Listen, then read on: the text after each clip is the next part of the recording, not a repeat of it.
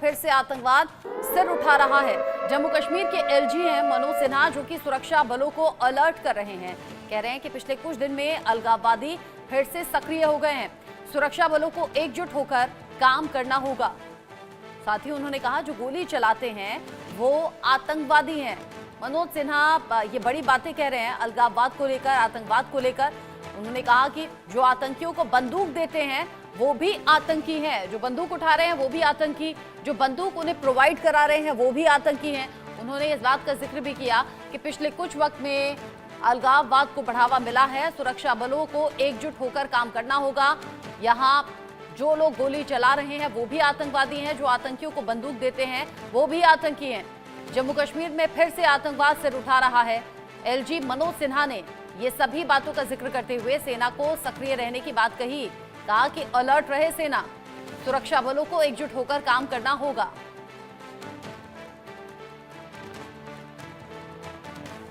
जम्मू कश्मीर जहां सरकार बनने के बाद से जो आतंकी घटनाएं हैं उनका जिक्र किया एलजी मनोज सिन्हा ने, और कहा कि पिछले कुछ दिन में आतंकी फिर से सक्रिय हो गए हैं।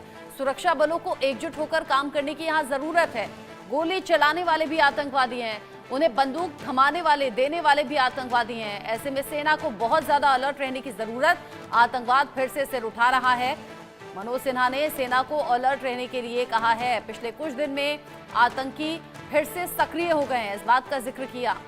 जम्मू कश्मीर में जिस तरीके से आतंकी घटनाएं सामने आ रही हैं उसका जिक्र करते हुए एलजी मनोज सिन्हा ने ये बड़ी बातें अपने भाषण में कही। एलजी मनोज सिन्हा ने सेना को अलर्ट रहने की बात कही है। साथ ही कहा कि जिस तरीके से जम्मू कश्मीर में आतंकी घटनाएं बढ़ रही हैं, ऐसा लगता है कि जम्मू कश्मीर में एक बार फिर से आतंक सिर उठा रहा है, जिसे काबू करना जरूरी है, और सेना को इसी बाबत अलर्ट रहने की बात भी कही। अजय जांडियाल इस खबर को लेकर जुड़ गए हैं, मेरे सीनियर कुलीग मेरे साथ में। अब अजय, उमर अब्दुल्ला सरकार बनने के बाद से आतंकी घटनाएं जिस तरीके से हो रही हैं उन बातों का जिक्र किया एलजी मनोज सिन्हा ने, और कहा कि जम्मू कश्मीर में आतंक एक बार फिर से सिर उठा रहा है। इसे किस तरीके से देखें, मायने क्या हैं और किस जगह पर यह बयान दिया गया, क्या कोई खास मौका था? देखिए, मैं आपको बता दूं कि मनोज सिन्हा जो जम्मू कश्मीर के उपराज्यपाल हैं, वो कल एक पासिंग आउट परेड जो डिप्टी एसपीज और सब इंस्पेक्टर्स की डिप्टी एसपीज की वहां पे उधमपुर में हो रही थी, वहां उस कार्यक्रम में शामिल होने गए थे। और उनको उन नए अफसरों को एक संदेश दिया जा रहा था कि जम्मू कश्मीर में पिछले कुछ समय में जो है अलगाववाद जो है वो वापस बढ़ने लगा है।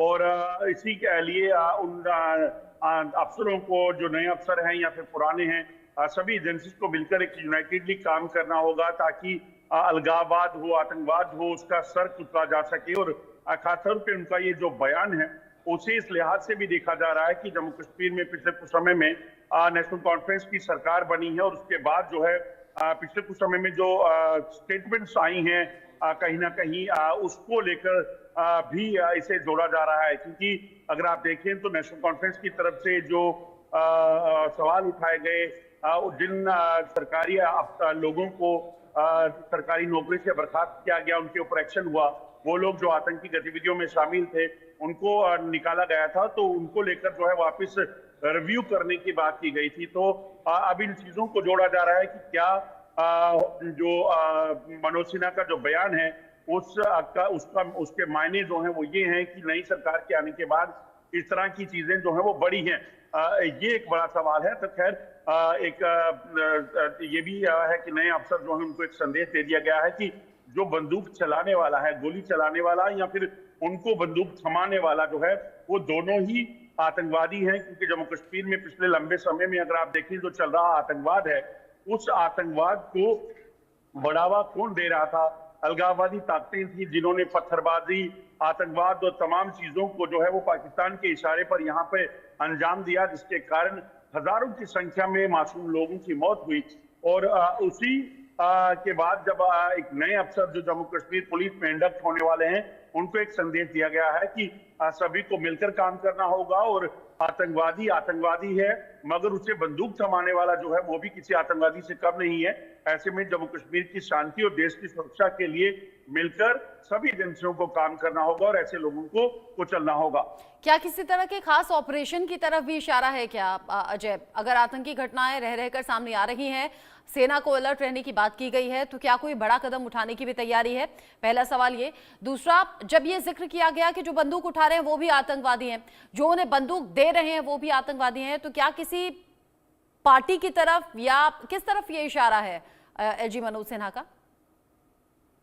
देखिए, हालांकि सियासी मायनों में अगर इसे देखा जाए या फिर इसे हम उस एंगल से देखें तो मनोज सिन्हा लगातार जम्मू कश्मीर में जो पिछले लगभग 5 सालों से ज्यादा समय से हैं, और इन्होंने जम्मू कश्मीर में जो आतंकी वारदातें होती थी, पत्थरबाजी थी, सेपरेटिज्म था, उसको और जम्मू कश्मीर से पूरे तरीके से जो है वो खत्म किया गया।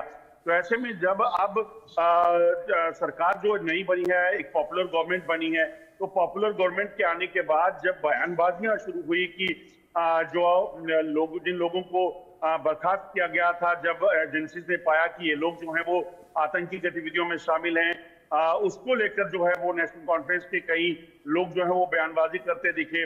यूएपीए के तहत जो लोग जो है वो जो जेल में हैं, जो आतंकी गतिविधियों में या आतंकियों के सपोर्टर थे, उनको लेकर जो बयानबाजियां हुई, उन पर जो है वो कहीं ना कहीं ये टिप्पणी है कि आखिरकार इस तरह से जो हुआ है उसके बाद ही कहीं ना कहीं अलगाववाद जो यहाँ पर था जम्मू कश्मीर में लंबे समय से, उनको लगा होगा कि उनके लिए शायद जो वैक्यूम था वो कम हुआ है और वो कहीं ना कहीं अपनी एक्टिविटीज को वापस शुरू कर सकते हैं। तो मनोज सिन्हा का बयान जो है कहीं ना कहीं उस एंगल से जोड़कर देखा जा रहा है। अब इस पे नेशनल कॉन्फ्रेंस कैसे रिएक्ट करती है, क्योंकि हालांकि मनोज सिन्हा ने किसी भी राजनीतिक दल का या सरकार का नाम नहीं लिया है, तो ऐसे में वो कैसे रिएक्ट करते हैं ये अब देखना होगा। देखना होगा कि किस तरीके से इस पर रिएक्शन सामने आते हैं। लेकिन साथ ही साथ अजय, आतंकी घटनाएं भी रह रहकर हुई हैं, घुसपैठ की कोशिशें भी लगातार बढ़ी हैं, इस बीच कुछ रिएक्शंस भी सामने आ रहे हैं और मनोज सिन्हा ने किस तरीके से सवाल पूछा, ये पहले सुनवा देते हैं, दोबारा आपका रुख करूंगी अजय। पहले सुन लेते हैं मनोज सिन्हा ने किस तरीके से ये सवाल उठाए हैं। कुछ दिनों में उग्रवाद के कुछ संरक्षक फिर से सक्रिय हो गए। बात को याद रखिएगा, गोली चलाने वाला तथा उसे बंदूक थमाने वाला दोनों ही आतंकवादी हैं और दोनों की सजा वही है जो मानवता के दुश्मनों की होती। उग्रवादियों का समूल नाश ये हमारी प्रतिबद्धता होनी है। इस संकल्प को साकार करने के लिए सभी बलों तथा सेना के साथ बेहतर तालमेल के साथ हमें काम करने की आवश्यकता है। तो ये वो बयान एलजी मनोज सिन्हा का, जिसको लेकर सियासत गर्मा सकती है, रिएक्शंस का इंतजार रहेगा। अजय, सर्दी के मौसम का मैं जिक्र कर रही थी और अब चूंकि आप तो दशकों से जम्मू कश्मीर के हालात पर नजर रख रहे हैं, पत्रकारिता करते रहे हैं, ठंड के मौसम में चैलेंजेस और ज्यादा बढ़ जाते हैं आतंकी घुसपैठ को लेकर और आतंकी घटनाओं को लेकर। ऐसे वक्त में एलजी मनोज सिन्हा का ये बयान मायने भी रखता है, क्योंकि आने वाले वक्त में जब धुंध और ज्यादा गहरी हो जाएगी, ठंड अभी पीक पर है ही, तो अभी घुसपैठ की घटनाओं में भी इजाफा देखा जाता है बाकी दिनों के मुकाबले।